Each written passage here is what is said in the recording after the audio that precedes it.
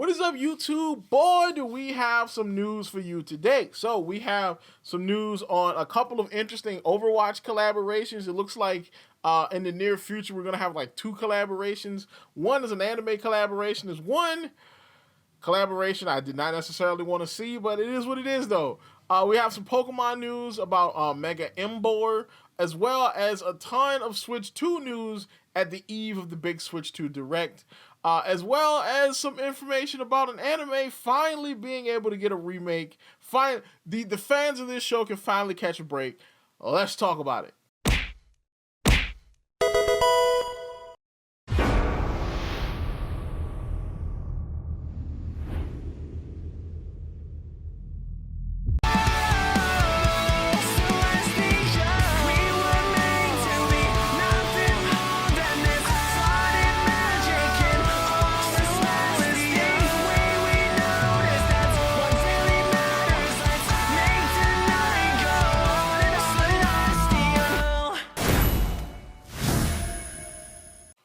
What is up, YouTube? My name is Mario, aka the Lootbox Hero. Check out the second channel. The second channel is popping, aka the real Super Mario, aka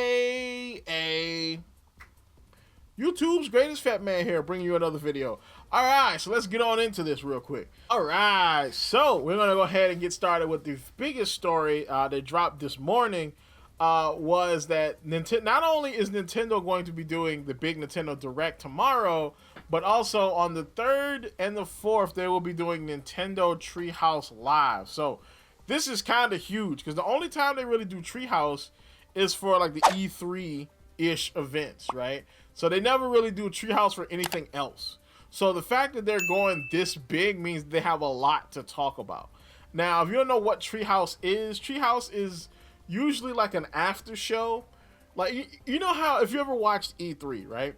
Where like they have the big press conferences in the morning, and then throughout the day they have people like, you know, at the different booths, or like each like big media company will have different booths, and people will go there and give interviews and talk about things. You might even get to see more gameplay of the games that they introduced at the conferences. That's basically what Treehouse is, but it's specifically for Nintendo. All right. A lot of things have been revealed at Treehouse. I believe one of the biggest and most negative reveals at Treehouse was the Dex split. So when Pokemon went to the Treehouse and they had Sword and Shield there, they revealed that the Pokédex was going to be split and that not all the Pokemon were going to be in the game. And that's when the worst lead up to Pokemon ever happened. The worst lead up to a Pokemon game ever was not Scarlet and Violet, it was Sword and Shield. All right, it was. You think that people are toxic about Pokemon now, bro? That between the Dexit and that low res tree, bruh, the hate storm was real. Okay. But yeah, they're going to be doing that. So they're probably going to be covering the games that they talked about at the Direct. And speaking of that, I'm going to just give my predictions right now as what we're going to see. All right, I know. Put on the clown makeup now. Some of them probably not going to be there, but I'm going to throw them in there anyway. So the first one, I'm going to say we're probably going to get whatever the next Mario Kart is. Either it's going to be like a port of Mario Kart 9 with more stuff in it, or it's going to be straight up Mario Kart 10. We're going to get possibly a 3D Mario, but not at launch. Maybe for the holiday. You know, I believe that we're probably going to get some new IPs. We might see the new Game Freak IP, Project Bloom. I can't think of the name of it, but I'm going to put a picture up there, though. We might get to see that. We might also get to see the new IP from Monolith Soft that they've been talking about for a while. We're probably going to get whatever the gimmick game is for the Switch. You know, 1-2 Switch, 1-2-3 Switch, you know, Switch Sports 2 or whatever, you know, the big gimmick family game that really shows you the gimmick of the system. That's probably going to be a thing. I think that we're probably, possibly, maybe, kind of, sort of gonna get to see the new Fire Emblem. Like this has to be where it is. Okay, all right. If there's no new Fire Emblem here, I give up. Like I mean, there's still June, but we might not even get nothing in June because they're doing Treehouse now. So if we don't get Fire Emblem here, I don't know. We might just be burnt. Like we might just be burnt when it comes to Fire Emblem. But this will be the time to introduce it. Now, of course, usually once they introduce a Fire Emblem game, there's a long hype, channel. You know what I'm saying? For that game. So they don't usually drop a Fire Emblem trailer and then the game comes out 3 months later. Usually it's like a year and some change later.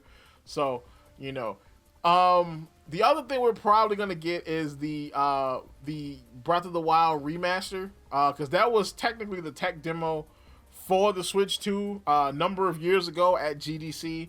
They're probably gonna show that off. That's probably gonna be a launch game. Zelda's representative in the launch. I don't know if they're gonna do Twilight Princess and Wind Waker. I mean, at this point, do we even need to? I mean, to be honest, as far as third-party stuff, we're probably going to get Dragon Quest from Square Enix. We're probably going to get a ton of Microsoft stuff. I'm expecting Master Chief Collection. All right, Master Chief Collection. That will be huge. Halo on a Nintendo system? Bruh, the headlines will be massive, yo. Forza Horizon, I think we're supposed to get what was it, Flight Simulator, but to me that game is so graphically intensive that would be kind of crazy on the Switch too. I'm thinking we're probably going to end up getting a lot of other stuff from Square Enix too. Final Fantasy VII Remake maybe, but I'm more leaning towards them just announcing the Final Fantasy IX Remake, because again, that was something that was leaked back way back during the GeForce leak, like several years ago. So we're probably gonna get that. Sega's probably gonna drop some stuff, Persona, Metaphor, stuff like that. Of course we'll get like, Elden Ring, what I'm saying, stuff like that. I'm expecting this to be pretty crazy. But those are my predictions for what we're probably going to get. What we probably won't see is like Generation 10. Even though the producer of Legend ZA has tweeted about this. So last time he tweeted about Nintendo Direct, we got ZA stuff. So maybe we get ZA on the Switch 2 stuff. Hey, you never know. But I don't really expect to see anything Pokemon related here, because I think it would kind of piss on the ZA hype if they announce Gen 10 now. That would be kind of crazy. Especially since, they're probably going to say that stuff for Pokemon Day next year, But yeah, man. All right, let's hop on into the rest of the stories. So the first one, we have a possible leak or rumor from Soul Silver Art. We haven't talked about them in a while. And it says Mega Zerora was planned for Legends ZA in 2022, very early on, and now we can easily assume that it was pushed. As many have pointed out, there will be 26 ranks, trainer bosses of the ZA Royale, 26 letters in the alphabet, presumably in all languages. And now 26 new megas have been leaked. So could each of the 26 trainer bosses use one of the new megas? Or maybe there's another parallel quest where you need to defeat the 26 new megas, new alphabet / noble bosses. Zerora was possibly the special post-game kind of mega, or maybe not. But either way, they decided to cut it because they had 27 new megas, while instead they needed 26 to go along with what I said before. And since Zerora is a mythical, it would be the logical choice to remove it, as it's both a special and strong Pokemon. So basically they're saying that Zerora got cut. All right, I mean, this is possible, but remember what Pyoro said, that the 27 might not be the final number, because the build that they're getting that information from is from like a year and a half ago. All right, so this is probably the Terra League build, and remember that Terra League build was from like October or August of like 2023 or whatever. So a lot could change between 2023 and 2025. All right, so I mean, has Zerora got cut? We don't really know. Not to mention, again, since you know this is post Legends Arceus world, Legends ZA could possibly get DLC. I'm not saying that it will, but it's possible, seeing as though Legends Arceus was so popular. The only reason that Legends Arceus didn't get DLC was because, guess what? They didn't expect Legends Arceus to do that well. They expect ZA to do that well, so they probably will give it some DLC, and maybe Zerora could be that DLC. Alright, so we move on to our next piece of news here, and we have Ball Guy. So I didn't even know Ball Guy had came back. Ball Guy was back, bro, with a vengeance. And if you don't know, Ball Guy used to do some leaks. I believe it was it in the Sword and Shield days?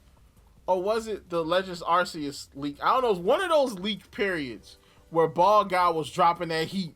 You know what I'm saying? And so now he is back again, dropping some more leaks. So he dropped this one, and it said, Legends, design queue sent first in Discord, but I figure it should be here too. Don't think about it, the obvious answer. So you've got these two terracotta soldiers from the Terracotta Army, which was an army of soldiers designed after the Chinese army that were buried with the Emperor in the Forbidden City. And so, of course, everybody thinks, okay, well, Chinese terracotta soldier, they instantly go to Embor, because Embor has a ton of Chinese references. You know what I'm saying? So then they came up with this art right here of Embor with this fire spear. And to be honest, even though I am a prolific Embor hater, this is kind of fire. Okay, all right, this is kind of fire if this is true. All right, now, again, we don't really know if this is true or not. If they did do this with Embor, I mean, I don't think it would be, it could still be firefighting, but it also could be fire rock. You know what I'm saying? Because they're not going to do I don't know if they're going to do the Trinity, you know, of the three types all connecting together. Because we know we got Grass Fairy for Meganium. We have Water Dragon for Feraligatr. I mean, firefighting for Embor would kind of work because it would kind of fit in that Trinity. Or they could just throw it all off and make him fire rock. Or fire steel is still an option. Overwatch dropped this morning and said 30 years of epic battles and legendary storytelling. Happy anniversary to Gundam Wing. Now, there's zero association between Blizzard, Overwatch, Activision, Microsoft, and Sunrise, the people who make Gundam. So there's zero reason for the official Overwatch account to be posting this, unless the Season 16 collaboration is going to be Gundam. So, I mean, to be honest, I think this is pretty cool. I am kind of a low-key Gundam fan. All right, like, you know, my favorite is Gundam, is G Gundam. All right, G Gundam, yes, I know, that's me. I'm the weirdo in the Gundam community. But G Gundam was clean, though. It was shonen with Gundam storytelling. It was clean, all right? Gundam Wing is cool. Gundam Wing is the one that most people know about because that was the one that was on Toonami during the golden years. So more than likely, this is hinting at a collaboration between Overwatch and Gundam. So get ready for that new that new Reinhardt skin, baby. All right, Shining Gundam Reinhardt, baby. Here we go. All right, so the next one is interesting collaboration that I didn't necessarily want to see. I never thought I would see, but apparently Overwatch 2 and Marvel Rivals are having a collaboration event. So, featuring 5 new legendary skins, including Penny Parker Diva cosmetics across both games, and a limited time Galactica Quest game mode. This starts on. This was an April Fool's thing, wasn't it? You know what? This is probably an April Fool. Dang nabbit. So we move on. Since I I forgot what day it is, but it is what it is. So we're moving on. So apparently, this one was yesterday. So I didn't got to this one. So apparently, according to Anime Rave, Tokyo Ghoul is getting a remake announced for 2026. It's going to be under Studio Signpost. It's going to be produced by Aniplex. Now, I've never heard of Studio Signpost. I don't know of any of the other stuff they've done, so I can't tell you if they are good or if they are dookie butter. But at least we're getting a remake, okay? I made an entire look. The thing that gave me the idea for my One Piece video was the fact that, you know, the Tokyo Ghoul fans got baited into thinking they were gonna get like a remake or a sequel announcement or something just to get like an art exhibit or something weird like that. And I was like, you know what? I felt the Tokyo Ghoul fans' anger so much. I made my Overwatch, my One Piece video a while back. So y'all are finally getting that redemption. All right, y'all got one after One Piece did. Y'all got y'all remake after One Piece, but y'all finally getting one though.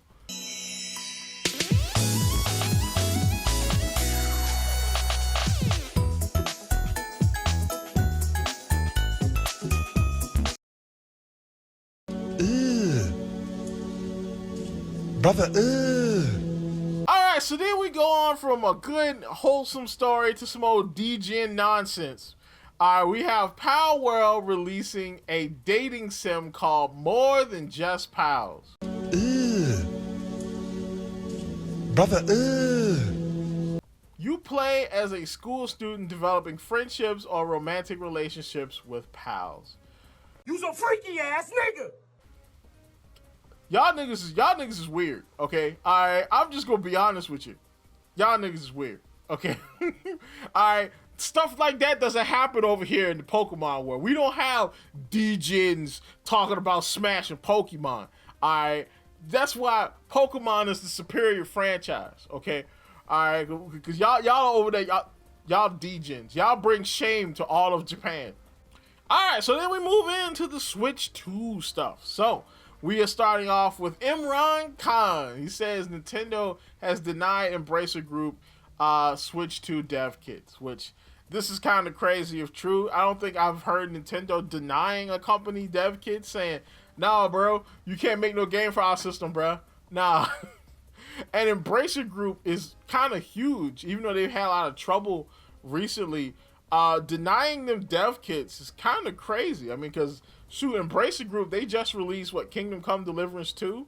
That's probably one of the best games we've seen this year, you know, unless you're a culture warrior and then you think it's like super duper gay. But yeah, so it's saying that like, oh well, we don't want Kingdom Come 2 on Switch 2. I'm sorry, you know, a little too gay for us. One aspect of the Switch 2 that is still unknown is just who has access to the console dev kits.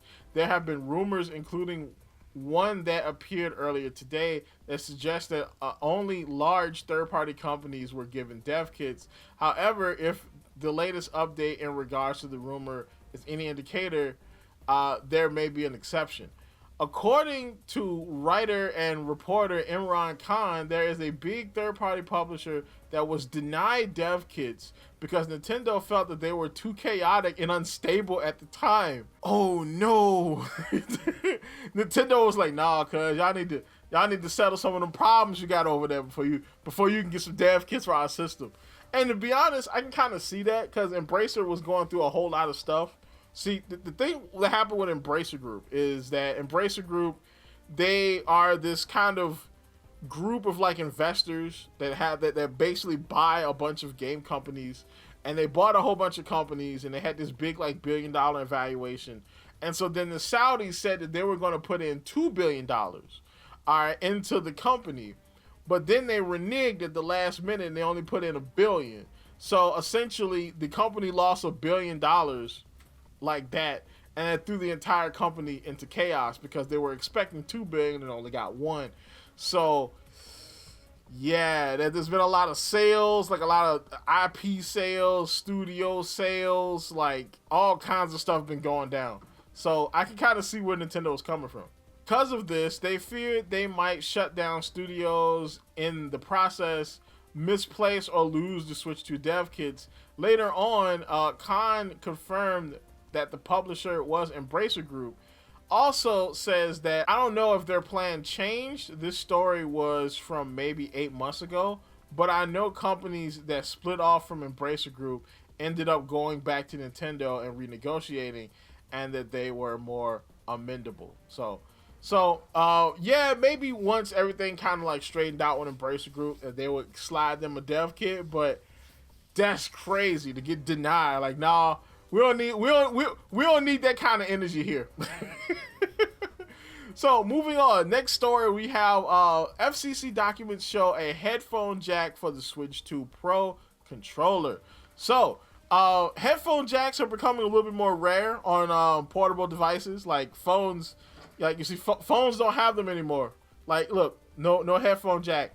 Phones just don't do it like that no more. You know, so now because everything's got USB, so you know one jack on your phone, and it can do everything. You know what I'm saying? I guess you just gotta get adapters and stuff if you want to use regular headphones. You know, but the Switch does have a headphone jack, and it looks like the Switch 2 is also gonna have one. So, newly discovered FCC documents have seemingly confirmed that the Switch Pro controller for Nintendo Switch 2 console will finally include a headphone jack. One glaring omission from the original Switch Pro controller was that the lack of headphone support. I believe the Pro controller leaked. I believe, anyway. I might be. There's been so many leaks, I can't even really keep up with them. But yeah, headphone jack in the controller, yeah. I remember when the PS4 came out and that J had a headphone jack, bro. I was like, yeah, this is clean. This is clean, bro. So next Switch 2 rumor we have is that Switch 1 will be connected to the Switch for controller usage or for a second screen for Switch 2 games. Nintendo perhaps unintentionally confirmed yesterday that the Switch 2 Joy-Con does have the C button that has been heavily rumored prior to the console's reveal in January. We talked about the C button in yesterday's video. If you want to check that out, it's got timestamps. You can go straight to it and check it out.